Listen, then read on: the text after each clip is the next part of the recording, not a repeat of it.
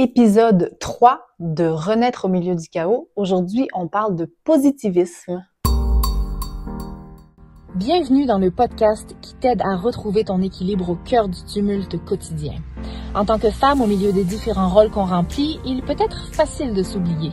De ce chaos qui nous fait souvent perdre pied, on renaît, on se transforme et on grandit. Je suis Vanessa Taglioli et je t'accompagne et t'inspire pour t'aider à te reconnecter à toi-même et à prendre soin de ton bien-être sans culpabilité. Prête? Alors écoute, inspire-toi et renais au milieu du chaos. Salut, j'espère que tu vas bien. Écoute, aujourd'hui, j'enregistre un peu d'avance l'épisode. Donc, j'en ai enregistré un, celui de la semaine précédente, juste avant. Et là, j'enregistre celui-ci parce que au moment où je le sors, où cet épisode-là va être publié, je vais être au Portugal avec ma maman. On s'en va faire un voyage de 2 semaines et demie pour faire un petit peu le tour du Portugal et regarder s'il y a un coin qui nous intéresse, un coin qui pourrait... On est toujours à la recherche d'une maison à l'extérieur du Québec, à l'extérieur du Canada, en fait, dans un pays où il fera moins froid pour éventuellement passer nos vieux jours. Et on a entendu parler du Portugal. D'ailleurs, si t'es déjà allé au Portugal et que t'as goût de m'en parler, je suis très ouverte. N'hésite pas à m'écrire. Donc, c'est pour ça que je prends un peu d'avance parce que j'ai le goût de, peut-être me laisser aller avec le flow que je vais avoir là-bas puis enregistrer des épisodes sur place, mais j'avais aussi besoin d'être libérée, ma charge mentale, de dire bon, ben j'ai au moins quelques épisodes d'enregistrer et puis je vais pouvoir me profiter du voyage. Donc, aujourd'hui, j'avais envie de te parler du positivisme parce que c'est quelque chose qu'on me dit souvent, que je suis quelqu'un de positif, que je me laisse quand même, j'ai mes downs, mais je me laisse pas abattre facilement. Je suis quelqu'un qui voit le bon côté des choses facilement. Je m'imagine, je m'identifie beaucoup au tournesol qui se tourne vers le soleil. J'aime beaucoup cette image-là. Et c'est pas juste une idée abstraite, et c'est de ça que j'avais envie de te parler aujourd'hui. Et je voulais d'abord commencer, tu dois commencer à voir que j'aime raconter des histoires. Donc, je voulais te raconter justement une histoire que j'ai vécue, à laquelle je pensais, qui me faisait réfléchir, que j'ai vécue il y a quand même un bon bout. Parce que c'était une de mes grossesses, donc là mes enfants sont grands, là, ma plus jeune a 14 ans, une de mes grossesses durant laquelle, lors d'une écho, on a vu que j'avais un kyste à l'utérus qui était mal placé, proche du col de l'utérus. Donc, je rencontre le médecin, on passe les échos, puis après ça, on rencontre les médecins. Le médecin, très alarmiste, je te donne un exemple, mais il s'est passé d'autres choses dans la grossesse qui fait qu'elle voyait toujours ce qui pouvait arriver de moins bien, ce qui pouvait arriver de terrible, en fait. Donc, le kyste, là, t'as un kyste. Moi, j'ai eu ça, une cliente qui avait un kyste et c'est venu gros comme un pamplemousse. Puis là, ça a fini en césarienne. C'est vraiment à surveiller parce que ça peut être dangereux. Oh mon Dieu! Et là, moi, ça m'envahissait. Puis moi, je suis quelqu'un qui voulait vivre ses grossesses. Je voulais vivre mes accouchements. Je voulais... à l'époque, pour moi, la césarienne, c'était pas une option. Puis elle, ce qu'elle me disait, c'est que il y avait de fortes chances que la césarienne soit ma seule option. Donc moi, ça me mettait dans un état vraiment anxieux et je vivais pas bien avec ça. Puis là, ça te roule dans la tête quand il y a quelque chose qui te dérange, forcément tu fais juste te le répéter et puis tu penses juste à ça. Par chance, je me faisais également suivre par une accompagnante à la naissance. Donc le bien-être a toujours fait partie de mes intérêts. Plus jeune, c'était moins marqué, mais j'avais envie de sortir du domaine médical, donc j'avais une accompagnante à la naissance. Ici, dans le coin, on n'avait pas de sage-femme, mais c'était des femmes extraordinaires qui avaient 20-30 ans d'expérience, qui avaient des histoires extraordinaires d'accouchement dans le bois d'une dame. On est resté là 5 jours dans la tempête et on l'a aidé à accoucher, donc c'est vraiment extraordinaire la richesse de ces femmes-là. Donc, quand mon accompagnante à la naissance, quand je la rencontre et que je lui raconte cette histoire-là, elle a un petit sourire sarcastique en coin parce qu'elle a elle-même son opinion de la médecine et de certains médecins. Donc, on est un petit milieu, ils se connaissent aussi entre eux. Et elle me dit, écoute, dans la majorité des cas, là, ça s'en va. Arrête de stresser. il va disparaître ton kyste, c'est hormonal, ça arrive qu'il y ait des petits kystes qui poussent, puis après ça, ils s'en vont. Là. Donc, pour moi, j'ai un soulagement extraordinaire. C'est sûr que j'ai toujours la voix du médecin qui dit « C'est terrible! Tu vas finir le ventre ouvert! » Mais moi, c'est pas ce que je voulais, tu sais. Oui, si j'avais pas le choix, j'ai vécu une grossesse qui a été un peu plus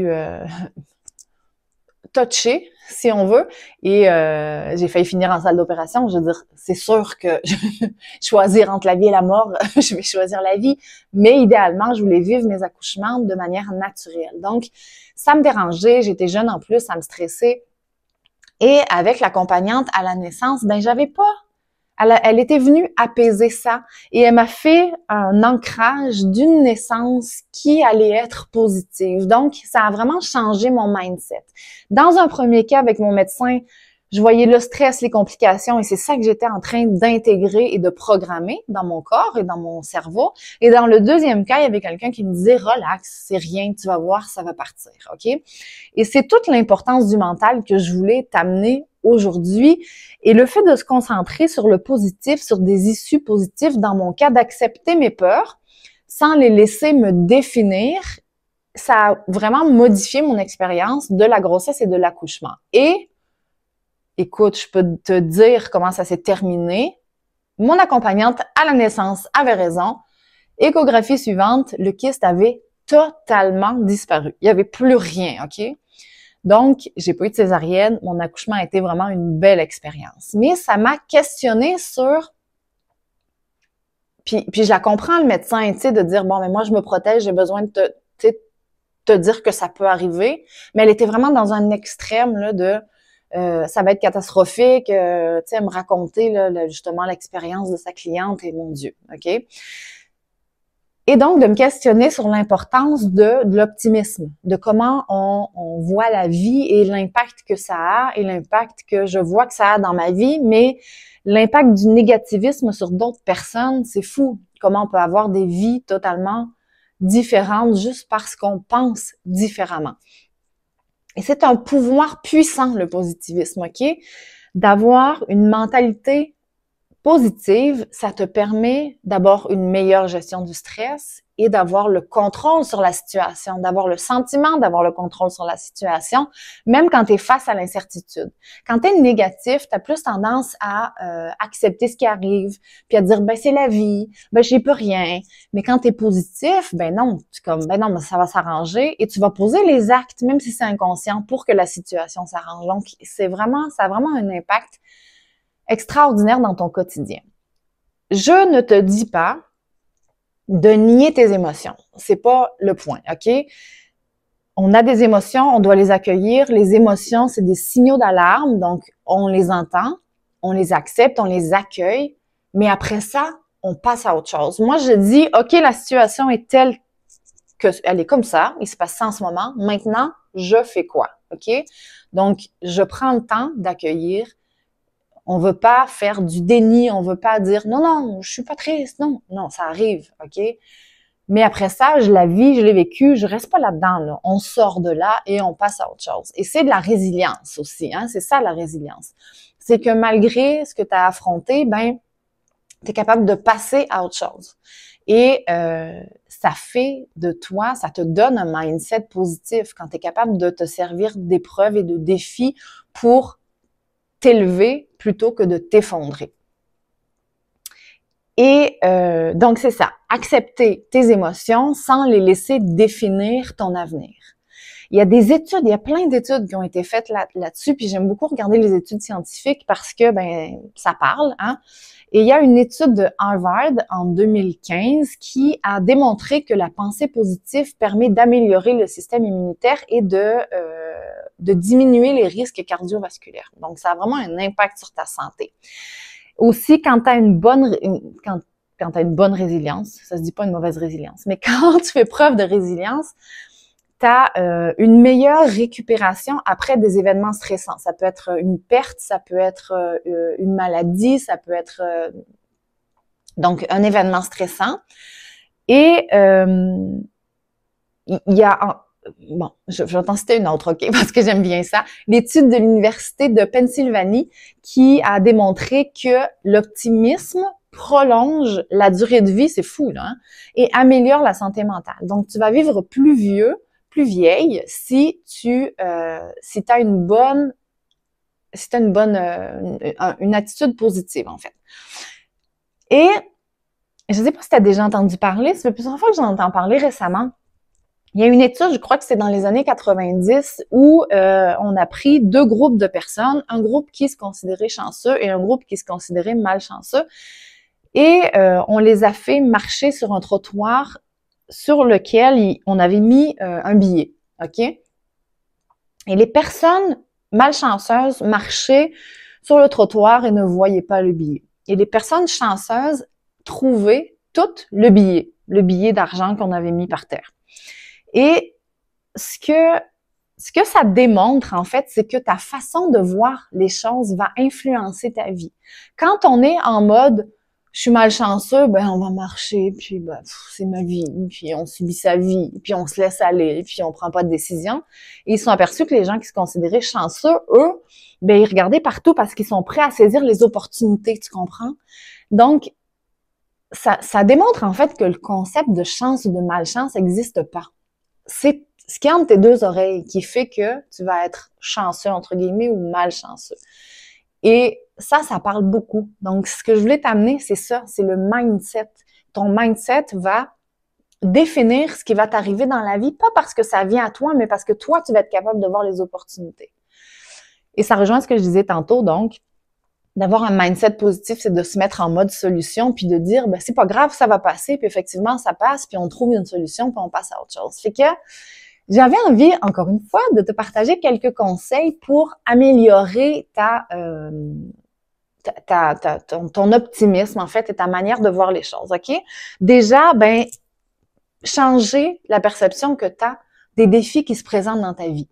Donc, au lieu de voir ça comme des obstacles, vois-les plutôt comme des opportunités de grandir, des opportunités de croissance, pas comme des menaces ou, tu sais, on parlait des peurs la semaine passée, ben de dire « Oh mon Dieu, c'est terrible ce qui se passe », puis de rester dans ta peur. Donc, change de perspective, puis ça va faire toute la différence dans ton quotidien, dans ta vie, dans ton moral, et même, on l'a vu maintenant, dans ta santé physique, hein, parce que être négatif, forcément, ça a des répercussions dans ton corps, OK? Sur ta santé physique. Je te dirais de pratiquer la gratitude, ça aide beaucoup à voir le positif aussi. Chaque jour, je te dis, là, prends quelques minutes, ça peut être le matin, le soir, puis note au moins 3 choses pour lesquelles tu es reconnaissante. Au moins 3, moi je te dis ça, il y a une méditation que j'ai appris qui s'appelle la méditation en 6 phases et on va plus loin dans le sens où nous, dans cette méditation-là, tu donnes 3 choses pour lesquelles tu es reconnaissante dans ton domaine, dans le domaine professionnel, 3 choses dans le domaine personnel et 3 choses sur toi, donc des qualités. Être reconnaissante pour ton optimisme, par exemple. Donc, ça peut être ça aussi. Mais je te dirais au moins 3 choses pour lesquelles tu es reconnaissante d'avoir. Et j'en ai déjà parlé, ça peut être, on est chanceux pour plein de choses. On est chanceux d'avoir un toit sur la tête. On est chanceux qu'il y ait des gens qui ramassent nos vidanges sur le bord du chemin. On est chanceux pour plein de choses. On est chanceux pour notre santé, pour nos enfants. Donc, tu as 1001 raisons d'être reconnaissante. Donc, 3, ça devrait être facile. Et chaque jour, tu le fais et ça te ressente sur le positif. OK? Ça te permet de te rappeler que même quand il y a des moments difficiles, ben, il y a toujours des petites choses à célébrer. Quelque chose qui s'est passé dans ta journée, dans ta semaine, une rencontre que tu as faite, un accomplissement au niveau personnel, professionnel, tu as réussi à mieux manger, peu importe, mais célèbre. Et au plus tu vas le faire, et au plus, tu vas être capable de voir le positif, OK? Ensuite de ça, 3e conseil, entoure-toi de gens positifs. Il y a tellement de draineurs d'énergie autour de nous. Je le sais que c'est pas facile de faire le ménage ou de mettre ses limites. On a beaucoup de croyances liées aux relations, puis c'est quelque chose, un sujet que je veux aborder parce que C'est quelque chose que j'adore. J'ai été dans la relation d'aide, j'ai été dans le coaching familial, conjugal, donc la communication, j'ai étudié la communication aussi. J'adore ça et j'ai le goût de t'en reparler une autre fois plus longuement des relations, mais déjà définis dans ton entourage les gens qui sont négatifs. Ces gens-là te grugent de l'énergie, OK? Et ils t'entraînent dans leur spirale descendante alors que toi, tu veux t'élever. Donc, c'est super important de t'entourer, de dire, cette personne-là, est-ce qu'elle m'élève ou est-ce qu'elle me tire vers le bas avec elle? Ensuite, si elle me tire vers le bas avec elle, qu'est-ce que je fais? Est-ce que c'est une personne que je peux éliminer de mon entourage? Là, je sais que ça graphique. Là, on a des blessures, hein? On a de la misère à mettre fin à des relations parce que on a peur du rejet, on a peur de l'abandon, on a peur de plein de choses, mais pense-y, si cette personne, cette relation t'apporte beaucoup plus de négatif que de positif, peut-être que ça pourrait être intéressant de l'éliminer de ta vie. Est-ce que c'est quelqu'un que je ne peux pas éliminer de ma vie? Une belle-mère, tu comprends le principe? Qu'est-ce que je peux faire pour me protéger? Est-ce que mon conjoint, si on parle encore de belle-mère, mais est-ce que mon conjoint me comprend et respecte si je vais pas au souper? Est-ce que je suis capable de me faire une bulle de protection? J'avais rencontré une dame extraordinaire qui m'avait dit, OK, cette personne-là, tu peux pas la sortir de ta vie, mais elle m'avait fait visualiser sur un arbre. Et elle, la personne qui me dérangeait, était toute petite en bas. Et je voyais ses lèvres qui s'agitaient comme ça, mais moi, j'entendais rien. Et elle m'a fait un ancrage et ça a changé ma vie parce que quand je croisais cette personne-là, je continuais mon chemin. Ça me faisait absolument rien. J'embarquais plus. J'avais vraiment une bulle de protection. Donc, il y a moyen de se protéger des personnes négatives que tu peux pas sortir totalement de ta vie. Et il y a moyen de les voir moins aussi. T'as pas d'obligation. T'as le droit de dire non, je vais pas au souper de famille parce que une telle, ça me tente pas de la voir, OK? Ou j'ai goût d'aller voir les autres gens, ben j'y parlerai pas, ça me tente pas, puis j'ai pas de compte à y rendre, OK? Mets tes limites, mais entoure-toi de positif et ça veut dire choisis les personnes qui vont vraiment t'aider à t'élever.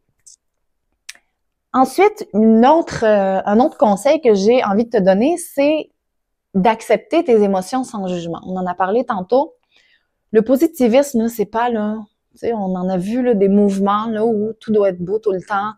C'est pas vrai qu'il y a des émotions négatives. Puis non, là, à un moment donné, tu fais du déni, puis effectivement, un jour, ça risque de te rattraper. Hein? Si t'as jamais de peine dans la vie, si tu te permets jamais d'en avoir, ben à un moment donné, ça se peut que ça explose. Donc, c'est d'accepter ces émotions-là sans les juger.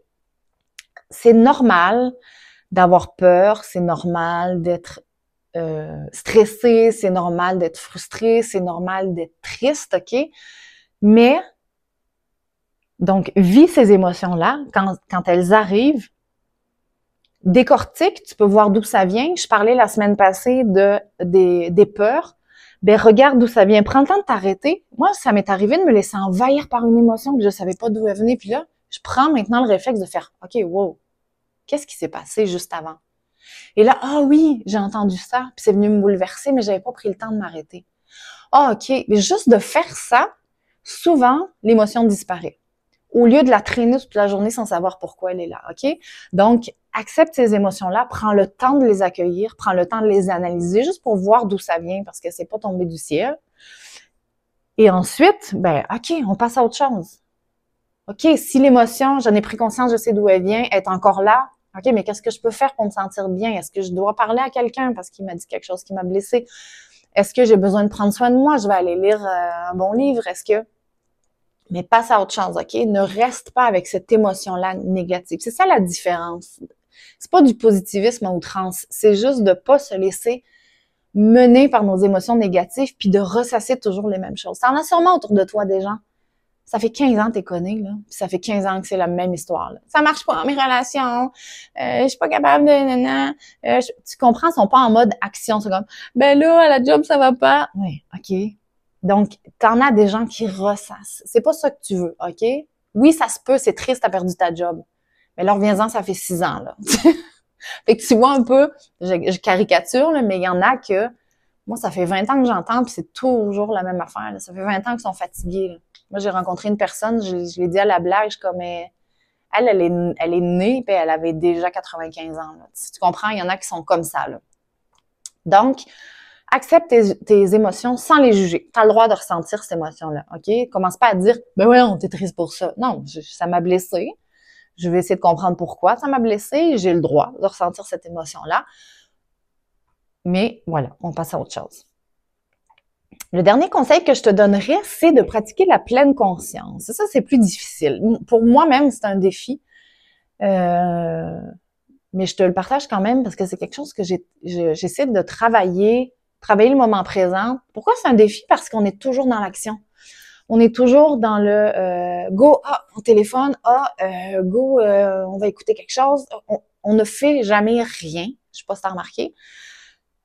Juste manger. On a tendance à manger devant la télé, avec notre téléphone, juste même prendre un livre. On ne mange pas juste pour manger. Quand on est seul et quand on est avec les autres, ben, on va parler. Donc, tu sais, on n'est pas pleinement dans notre assiette, là. C'est rare. Donc, pratiquer la pleine conscience, la méditation aussi. Donc, la pleine conscience, petite parenthèse, c'est vraiment d'être là dans le moment présent. Donc, si je mange, ben je vais prendre une bouchée, puis je vais me concentrer sur les saveurs, les textures dans ma bouche. Tu comprends? C'est vraiment d'être là à ce que tu fais. Si je marche, j'avais trouvé une appli que je trouvais intéressante, c'était de la marche en pleine conscience. Ben à un moment donné, ils disent, OK, ben prenez conscience de vos pieds qui se connectent, prenez connaissance des oiseaux, du corps en mouvement. Donc, c'est vraiment d'être là pleinement à ce que tu fais au moment présent. Je te mets au défi, là. Est-ce que c'est quelque chose que tu vis régulièrement dans ton quotidien? Non. On n'est pas là. On est connecté, on est dans l'action, il faut que ça aille vite et tout ça. Donc, apprendre à être dans l'instant présent. Moi, je me suis même mis des petits rappels. Moment présent, OK, je m'arrête et je me connecte, mon corps, ma respiration, etc., pour revenir à là, parce que ben déjà, quand on est dans le moment présent, actuellement, ici, je me pose la question, est-ce que tout va bien? Oui, je suis en sécurité, je suis dans ma maison, je suis assise. On n'est plus dans nos pensées et nos peurs et notre négativité. Donc, revenir au moment présent, ça évite aussi de t'auto-saboter, ça permet de garder une vision positive malgré les difficultés, parce que quand tu te dis, là, en ce moment, est-ce que ça va? Ben oui, je suis pas en danger, j'ai peut-être un proche qui est à l'hôpital, tu sais, je peux vivre des choses difficiles, mais actuellement, ici, maintenant, là, malgré toutes les difficultés, malgré mon proche qui est à l'hôpital, c'est un exemple que je donne, est-ce que moi, ça va ici, actuellement, dans mon moment présent? Oui, ça va.